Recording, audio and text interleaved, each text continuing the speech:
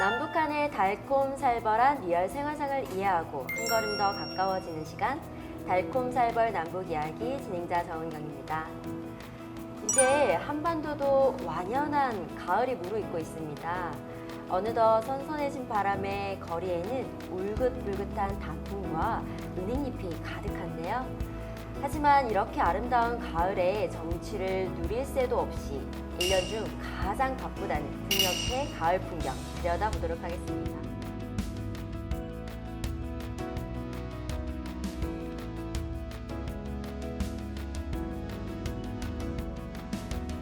남한에서의 가을은 계절의 왕이라고 불릴 만큼 아주 풍요롭고 아름다운 계절인데요. 과연 북한에서의 가을은 어떤가요? 가을은 이게 남북한의 참 그 아름다운 이 정치라든가 계절은 다 똑같아요. 근데 특히나 이 북한은 이게 5대 명산이가 상당히 이런 그 아름다운 이게 미모와 계절과 향기가 그것해가지고 굉장히 이게 그 가을의 이 정치에는 참 만끽할 만한 곳들이 상당히 많습니다. 이게 오늘의 북한의 이게 참 그 계절 중에 가장 가을에 정말 이게 잊을 수 없는 계절인 것 같아요. 가을은 이렇게 아름다운 만큼 맛있는 곡식들 여러 가지 우리가 농사를 지어서 얻은 작물들을 수확하는 계절이기도 하는데요. 농촌 총동원이라는 걸 들었어요. 어떤 걸까요? 공무원들이 여기 말하면 공무원이죠. 네. 직장 이런 데서 다 농촌동원을 지원하게 나가고 있는데 여기는 다 기계화하지만은 북한은 다 사람이 하고 있어요. 그렇게 해서 정말 낮 가지고 사람이 벼도 다 가을아야 되고 이 옥수수도 다 거기는 강낭이라고 말하거든요. 예, 그러니까 말씨부터도 다 다르고 사람들이 정말 힘들게 땀을 흘리면서 인력으로 다 해야 됩니다. 사람의 힘으로. 그러면 어린 아이부터 어른들까지 다 같이 모여서 함께 수확을 한다는 건데 어떤 작물들이 대표적으로 수확이 될까요? 이 시기에는? 가을이지만 가을 풍경 우리는 늦게도 못 봤고요. 가을이면 가을 전투를 하고 어린 애들부터 진짜 이 어른까지 몽땅 직장인들이 다 동원돼서 가을 전투를 하는데 제일 먼저 하는 게 옥수수입니다. 옥수수라기도 하고 이제 강냉이라고도 하고 하거든요. 그래 옥수수를 수확하는데 새벽 6시부터 나가서 나슬로 다 베가지고 하면 또 뒤따라 옥수수를 따고 그다음에 애들이 또 거기 조그만 애들은 또 이삭주의를 하고 이러면서 총동원해서 옥수수 제일 먼저 수확합니다. 그런데 이렇게 수확을 하면 그 수확 양은 조금 풍족한가요? 양이 우리는 항상 모자라다고 생각합니다. 왜냐면 옥수수 이 평당 얼마가 나와야 되는데 근데 그까지다 바치는 거 그 평당수로 바쳐야 되는데 그게 모자라 가지고 그다음에 마지막에 이삭주의를 다 해가지고 그 키로를 그러니까 그 수요를 채워야 된단 말이죠. 그러니까 우리 가을이면 항상 가슴을 조이고 이렇게 하고 그다음 무조건 동원 무조건 다 주어라 무조건 해가지고 그리고 정 안 되면 그 뭐야 농장들에서 이 분배를 줄 이 식량을 거기서 그만한 수요를 채야 되니까 내야 된단 말이죠. 그러니까 농장원들도 제 분배를 제대로 받지도 못하고 그 수확고를 채워야 되니까 이런 형편입니다. 이게 정해져 있는 수확량이 있는 건가요? 평당에 정해진 수확량이 있으니까 그 많이 바쳐야 된단 말이죠. 그러니까. 그러면 아마 다들 농촌 총동원 해보신 경험이 있으실 것 같은데 혹시 기억에 남으시는 경우가 있을까요? 네, 이게 북한 이게 국토가 거의 대부분이 산성화가 되어 있거든요. 이게 옥토가 좀 계획을 해야 되는데 워낙 경제 사정이 안 좋다 보니까 비료가 제대로 못 뿌리고 여러 가지로 이게 그 심각한 경제난이다 보니까 산성화된 땅에서 곡식을 심어서 옥수수를 수확을 하려니까 국가 계획 경쟁에 할당량이 나올 수가 없지. 그러다 보니까 북한에서 이게 기계화도 잘 안 돼 있고 거의 사람 수공업적으로 많이 가을을 하다 보니까 직장인들, 학생들, 대학생들 총동원해가지고 그 시기를 놓치면 안 되니까 가을을 하고 그 모든 또 이 가을에서 옥수수는 옥수대로 창고에 가서 가고 나머지는 또 나머지도 소사를 하고 이러다 보니까 우리 대한민국처럼 기계화가 돼가지고 사람이 하는 게 다 기계를 했으면 참 편한데 북한은 아직까지 기계화보다도 사람 인력이 수공이 많이 들어가기 때문에 그래서 사회 전반적으로 많이 노동에 이게 굉장히 어려운 상황에 처해가 있는 게 현실입니다. 근데 사실 저는 제대로 경험을 해보지 않아서 잘 모르긴 하지만 이렇게 어린 아이들이 기계를 사용하지 않는다고 하더라도 뭐 낫을 이용하거나 어떤 도구들을 사용해서 하는 건데 좀 위험하지 않나요? 아, 그거는 저도 농촌동원을 많이 해봤어요. 학교에서 이렇게 정말 100km를 걸어서 정말 산을 넘고 길을 건너서 이렇게 농촌동원을 가면 이 벼가울도 하고 옥수수도 가을하고 강냉이를 이렇게 해면 진짜 힘들지요. 힘들어도 할 수 없어요. 북한은 명령이라면 그 명령을 안 지키면 안 되거든요. 그러니까 아무리 작은 손으로 그 벼 몇 개를 재서 낫을 이렇게 베야 되니까 베서 무지마다 이렇게 놔야 되거든요. 그하고 마지막에는 그걸 이렇게 또 묶어야 돼요. 묶어서 세워놓거든요. 이렇게 한 달씩. 왜냐하면 벼를 눕혀놓으면 혹시 비 오면 싹이 나거든요. 그러니까 다 또 이렇게 세워놔야 되고 그렇게 해가지고 그거 이제 마르면 또 이제 그 농장들에서 가져다가 탈곡해가지고 또 농촌에 사는 분들한테 논아서 말리워 오라고 한단 말이에요. 그러면 농촌에 사는 분들은 이제 집집마다 이 방에 사람이 자는 게 아니고 그걸 말리우는 거 펴놓고 그래 말리면 또 그걸 다 가져다 바쳐야 돼요. 그러니까 농사는 농사대로 힘들고 하는 사람들은 차려지는 게 없고 나라에서 다 갖다 걷어오면 그러니까 북한 인민들이 그만큼 굶어 죽고 힘들고 사는 게 모든 게 힘들어지는 거예요. 지금 말씀해 주신 게 말 그대로 나라에서 국가에서 하는 양곡 정책 때문인 예. 것 같은데 저는 사실 처음 들어보거든요. 북한의 양곡 정책 어떤 건지 좀 설명을 해주시면 좋을 것 같아요. 우리 오태경님께서 설명 좀 해주시겠어요? 이 북한 사회는 이게 사회주의 체제고 기획경제 사회입니다. 국가가 기획을 해가지고 1년에 알곡 생산을 몇만 톤을 해야 된다는 활당 과제가 있는데 이 과제를 이게 계획적으로는 얼마를 만들어 놓는데 실제는 들어오는 생산량이 없기 때문에 그래서 북한에서 해외 수입도 우존을 하려고 하니까 국제사회에서 봉쇄하고 물론 자급자족의 경제난이가 자금이가 없다고 할까나 원조를 받는 것도 쉽지 않고 그래서 북한에서 이 돌파구를 해결하기 위해서 과거에 김일성이 때부터 산간지대를 개간을 해가지고 산을 맞지. 밀어내뜨려가지고 왜 산을 밀어서 이게 개간을 하려고 하는가 하면 부식토가 좋으니까나 산에 일반의 북한의 토지는 다 산성화가 돼가지고 이게 곡식도 안 되고 여러 가지가 이게 힘들기 때문에 그래서 북한 사회 경제 체제에서 이러면 우리가 비료도 없고 여러 가지 이게 생산성이가 낙후하니까나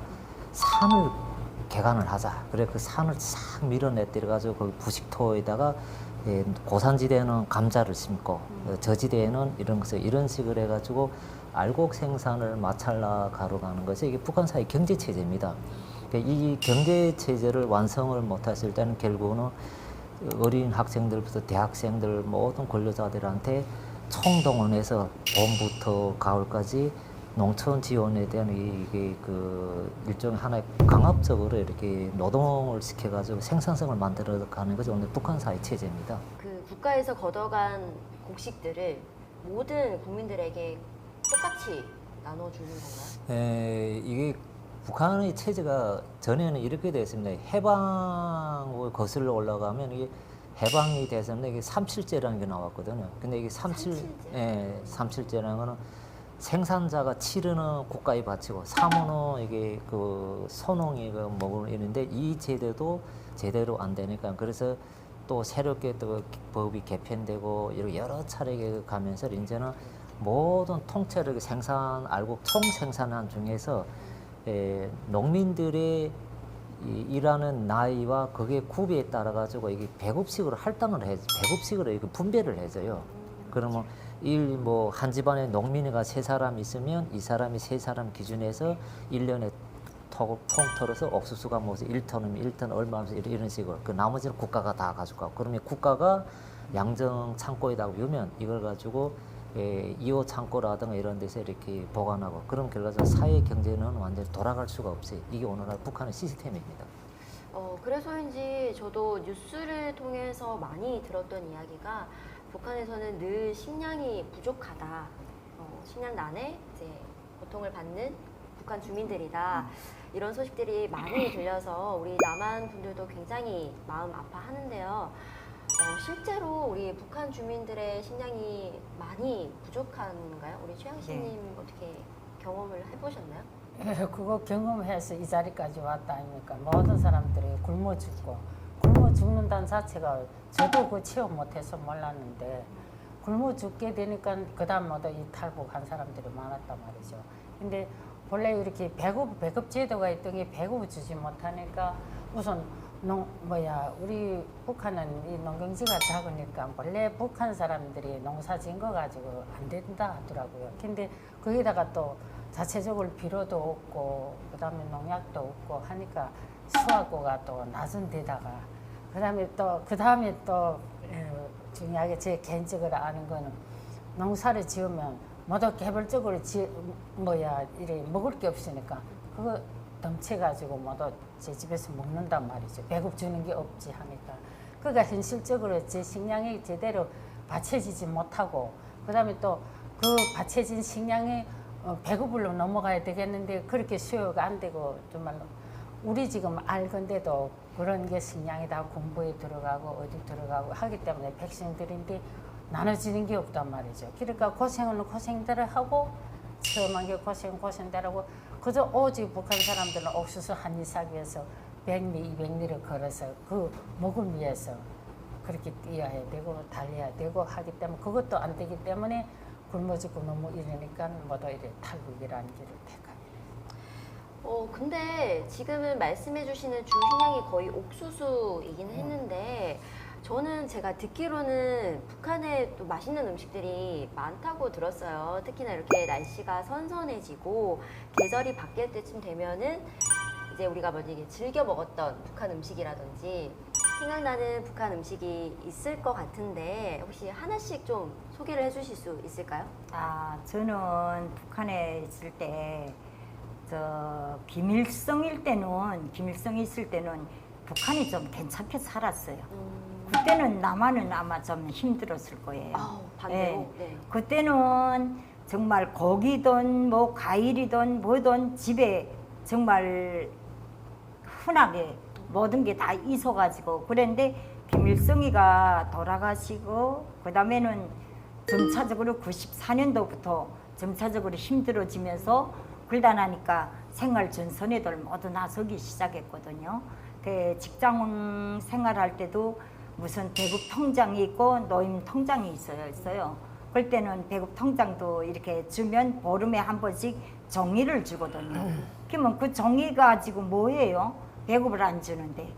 그러니까 뭐 노임도 돈을 안 주는데 종이만 주고 이러다 나니까 싸놓고 있으면 뭐 하겠어요. 그러니까 먹을 게 없으니까 정말 저 같은 데도 그 고난이 들어가니까 자식이 둘이 있었는데 그 왕발하자면 나쁜 짓을 많이 했다고 봐야죠. 도둑질도 해봤고 정말 말을 하자면은 농촌 곡식을 나라 곡식이죠. 그걸 훔치고 하자면 손에 들고 나오면 들키겠으니까 가만히 들어가면 옷을 가다만 거 입고 들어가면 옥수수 있잖아요. 이 대가리하고 이렇게 머리 쪽하고 이쪽에 하고 이렇게 사선을 여면 한 단 얇고 굵잖아요. 네. 이렇게 여면 몸 테두리에다가 딱 감고 나오면 옷이 크니까 덮여가지고 나오면 한 열 몇 개는 들어가요. 그렇게 하면 경비원들이 보면 손에 들어온 게 없으니까 그냥 가만히 있으면 그거 가지고 집에 와서 아이들도 먹이고 이런 식으로 이렇게 많이 정말 이렇게 사는 그런 일이 많았거든요. 근데 이렇게 훔쳐올 만큼 귀한 식량인데 옥수수 말고 어떤 귀한 재료가 있다고 하면 매번 옥수수를 먹으니까 우리 자식들에게, 가족들에게 또 새로운 음식을 해줄 것 같거든요. 아, 그러니까 어제 날에는 솔직히 말해 그 북한에서 감자떡, 특이하게 감자떡, 감자떡. 감자떡 네. 있고 그다음에 또 그래 또 좀 사이가 발전해서 농막 같은 옥수수래도 옥수수 펑퍼이 가루라는 거, 이 튀김 가루를 가루내서 그럼 찰떡 같아요. 그런 특이한 음식도 있고 그다음에 두부를 해서 두부밥도 있고 두부밥. 예, 두부밥도 있고 그다음에 또 그 술은 이렇게 파는 게 없으니까 집에서 술을 만들어서 농택이라는 그 술도 있고 농택이요? 예, 네. 그래가지고 또 이렇게 어제 날에는 이 막 미국이 되고 이러기 전에는 뭐또 그렇게 느릴 땐 느리고 그래 네. 제끼 식량은 없어도 또 그래 또 모아가지고 그래 또 서로 너도 먹고 나도 먹고 이럴 때 아기자기하게 이럴 때도 있었고 그래서 그런 또 정말 지난 날이 일들이 때 해고될 때도 많습니다. 그래서 아 감자떡 하면 금방 아주 김이 칵 나는데 그죠? 탁 그치면 그저 빛이 바짝바짝 나는 게 그죠? 뜨거운 것도 그건 또 뜨거운 거 먹어야 좋단 말이 맛있거든요. 식은 거는 또 석석하거든. 뜨거울 때까지 이빨을 막 이짝이짝 나는 거는 정말 시키면서 그렇게 먹던 추억도 있고요. 사실 제가 지금 말씀을 들으면서도 저도 막 빨려 들어갈 것 같고 입에서 막 군침이 도는데 사실 그 이유가 저도 처음이고 우리 여기 계신 분들도 북한 음식을 안 드신 지 꽤 되셨을 것 같아서 오늘 특별히 우리 윤순이님께서 우리 시청자분들과 저희들에게 북한 음식을 소개해드리고 나눠드리기 위해서 바쁜 와중에도 손수 몇 가지 음식을 준비해 오셨다고 하거든요. 우리 같이 북한 음식 좀 나눠볼까요? 예. 네, 우리 앞에 지금 굉장히 푸짐해졌어요. 저는 뭔가 어디서 본 듯한 요리도 있는 것 같고 처음 보는 요리도 있는 것 같은데 오늘 맛있는 요리를 준비해 주신 우리 윤순이님께서 어떤 요리인지 조금 설명을 해주시면 좋을 것 같아요. 네, 이거는 언감자떡이라고 합니다. 이거 북한에서는 주로 양강도, 여기서는 가을 음식 주식으로 이거 먹고 있습니다. 이거는 감자를, 생감자를 얽혀서 말렸다, 얽혔다, 말렸다 하면서 가루내가지고 그거를 속 넣고 만드는 언감자떡입니다.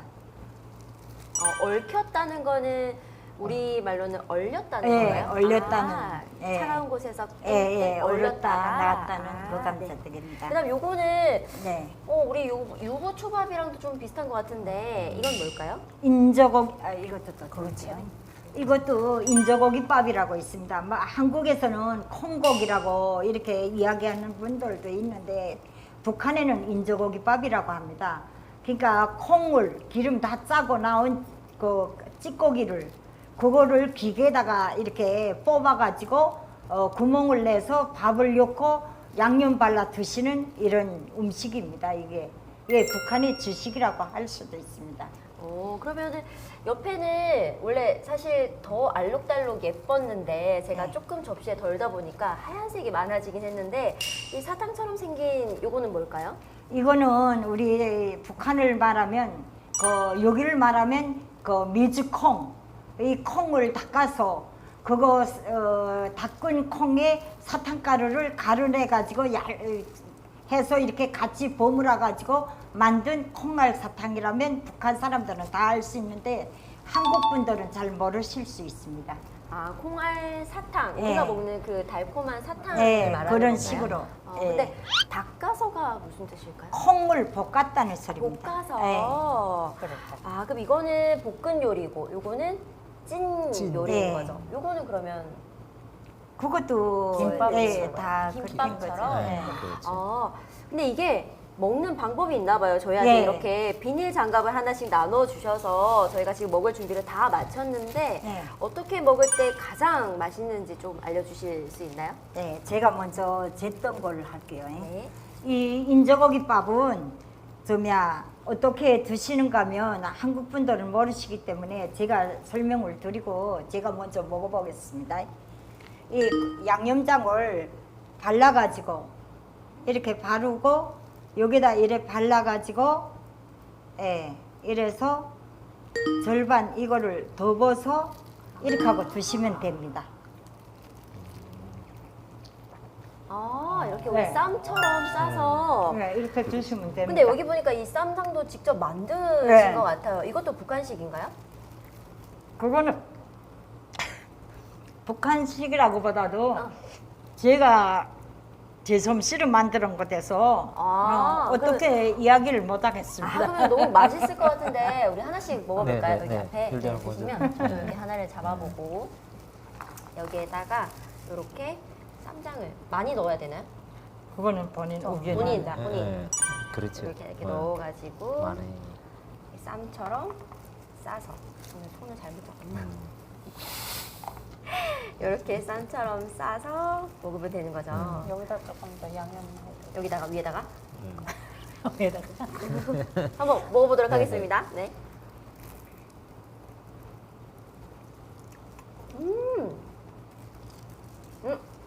이게 콩고기인 건가요?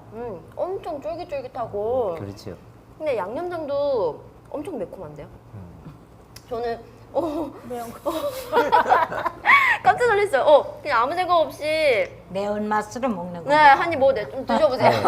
이게 일반 고추장이 아니고 아주 좀 톡톡하고 이렇게 되는 네. 거는 조금 좀 음. 매운맛이 좀 그런 많이 거 나요. 하실래? 그럼 이렇게 싸서 먹는 거고 네, 그렇죠. 매운맛에 먹습니다. 매운맛으로. 네, 그렇죠.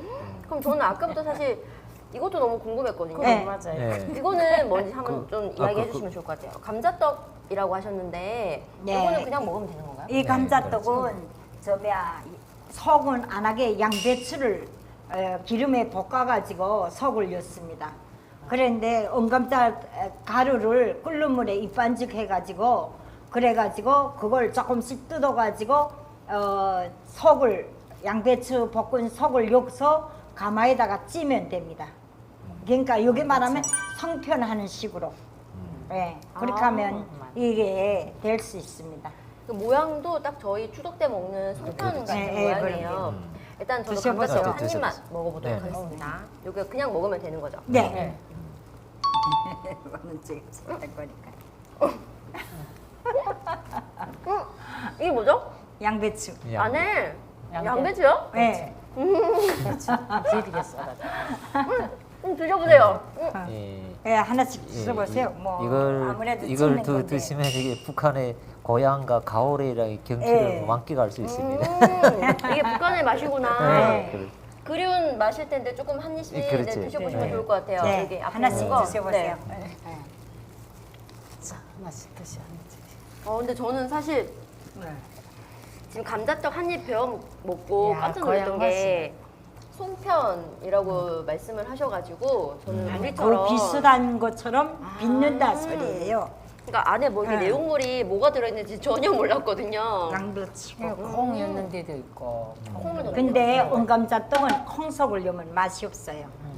그러니까 양배추던가 김치볶음이던가 뭐 시래지 볶음 이런 거를 넣어야 제 맛이 살아나거든요. 근데 이렇게 먹으니까 저는 네. 간이 좀 돼 있어서 그런지 그냥 저는 감자떡 이렇게 하면 간식 뭐 느낌이었는데 이건 거의 식사 예. 느낌이에요. 그렇게를 식사네요. 드시죠. 그래요. 네. 이 부분은 간식이 있을 수 없지. 예, 식사로. 이 부분 여러 사람이 모여서 이런 거랑 해놓고 이렇게 이야기하면서 이렇게 주식 삼아 이렇게 드시는 그 음식이라고도 말할 수 있어요. 근데 크기가 원래 이 크기가 맞나요? 예. 원래 이렇게 한 예. 주먹 예, 예. 이거 하나만 먹어도 배부르겠는데요? 아니지. 여기 분들 그래서. 또 혼났네. 아니고. 그러면 한 입씩만 더 먹고 네, 이야기 나눌까요? 네. 네. 그래 어떻습니까? 맛이? 맛있어요. 근데 저는 신기한 게 이 색깔은 어떻게 이 색깔이 나는 거죠? 감자를 얽어서 말렸다가 이렇게 가루내면 까매집니다. 네. 감자에서. 제가 말로만 듣던 감자떡을 지금 처음 먹어봤는데 사실 이렇게 좀 양념이 되어 있고 매콤한 것을 먹고 나니까 제가 아까부터 시선이 자꾸 한 곳에 꽂히거든요. 그리고 달달해 보이는 콩알사탕. 콩알사탕 이거 네. 하나 먹어봐도 될까요? 네. 네, 드셔보세요. 우리 이거 하나씩 같이 먹어봐요. 야, 그리고 오랜만입니다. 이게 진짜 콩알사탕 그립다. 진짜 오랜만일 겁니다. 이게 진짜 추억의 맛일 것 같은데 안에 여기에 지금 콩이 네. 들어있는 건가요? 근데 밖에 그럼 이 하얀 거는 뭐예요? 설탕. 설탕. 가루내가지고 그럼 이 분홍색 설탕은 어떻게 내신 거예요? 그거는 색깔을 위해서 칼라로 뭐 음.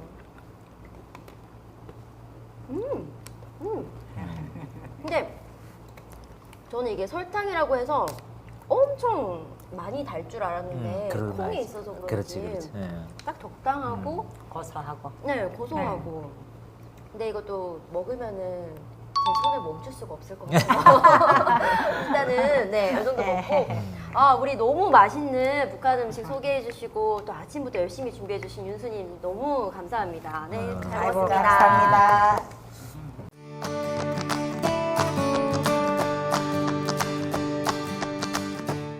네, 그리고 이맘때쯤이면 우리가 빼놓을 수 없는 게 가을 단풍 놀이죠. 뭐 산으로 들로 예쁜 단풍이며 요즘에는 뭐 핑크 뮬리 혹은 갈대 이렇게 많은 구경을 하러 가시는데 북한에서는 단풍 구경 어디로 가나요? 이 북한에 이게 그 5대 명승지가 있습니다. 이 5대 명승지 중에 세계 유네스코 등장으로 이게 등록된 산이가 칠보산입니다. 칠보산이가 김정일이가 직접 그 산도 방문하고 산에 너무 아름다움과 자연미가 톡톡하다고 해서 그 산의 별명을 만왕하라고 지은 이게 유래가 있습니다. 그만큼 이게 산에 대한 아주 이게 향기롭고 아름답고 근데 제가 이 함경북도 명천군에 이게 칠보산에 있습니다. 제가 그 고향이기 때문에 이 가을에 이게 9월, 10월, 11월부터 그 아름다운 단풍이가 정말 한 폭이 그린 것 같아요. 너무나도 그 정말 이게 그 한 폭에 쌓인 그런 절정에 도달을 만끽을 하며 송이도 많이 나오고 바다를 끼고 있지 다양한 이게 뭐 볼거리가 많은데 참 북한의 이런 아름답고 산 좋고 경치 좋은 이 5대 명산이 향후 통일이 되면 우리나라 국민뿐만 아니고 전 세계 사람들 거기 가면 정말로 매혹에 돼가지고 그쪽에서 다 누구나 뭐 자리를 못 둘 수 있는 그런 이게 아마 고장이 되지 않을까 싶습니다. 저도 말씀해주신 북한의 명소를 꼭 가보고 싶은데요. 오늘은 우리가 이렇게 겨울 준비로 한 해 중 아마 가장 바쁘다는 북한의 가을 풍경 이야기를 들어봤는데요. 풍성한 먹거리를 수확하는 결실의 계절인 만큼 남북의 땅에도 평화의 결실이 맺어지기를 바라봅니다. 다음 편도 많은 기대 부탁드리면서요. 시청해주신 여러분 고맙습니다. 우리 다 함께 인사드리고 마칠까요? 시청자 여러분 고맙습니다. 감사합니다.